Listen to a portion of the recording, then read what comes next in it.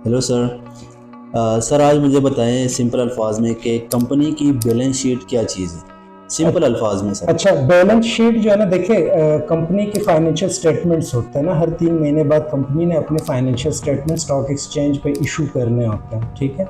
अब उसमें एक इनकम स्टेटमेंट होता है, एक बैलेंस शीट होता है, कैश फ्लो स्टेटमेंट होती है, statement of changes in equity होता है। ठीक है। अब जिस तरह इनकम स्टेटमेंट है या प्रॉफिट एंड लॉस स्टेटमेंट है, वो आपको कंपनी के फाइनेंशियल परफॉर्मेंस के बारे में बता रहा होता है। ठीक है। अब कंपनी का फाइनेंशियल परफॉर्मेंस क्या है कि कंपनी ने कितना कमाया, ठीक है, उसका ग्रॉस प्रॉफिट कितना है, नेट प्रॉफिट कितना है, ऑपरेटिंग प्रॉफिट मार्जिन कितने हैं, ये कंपनी का परफॉर्मेंस है। अब अगर आप कंपनी का फाइनेंशियल पोजीशन चेक करना चाहते हैं, ठीक है, कि कंपनी के पास असासे कितने हैं, कंपनी के ऊपर लोगों के कितने पैसे हैं, लोगों की कंपनी के ऊपर कितने पैसे हैं, ठीक है, इस तरह की चीज़ें अगर आपने चेक करनी है तो ये आपको बैलेंस शीट से ही पता चलेगा।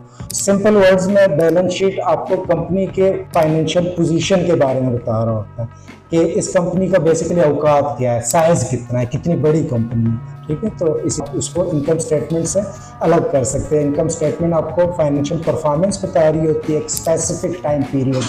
ठीक है। लेकिन जो बैलेंस शीट है वो आपको ऑन द स्पॉट कंपनी के टोटल असासे बता रहे होते हैं, टोटल नेटवर्थ बता रहा होता है। ठीक है, इस तरह की चीज़ें बता रही होती चले ठीक है sir, okay, thank you so much, clearly समझ आ गया है। सर। थैंक यू, अल्लाह हाफिज़।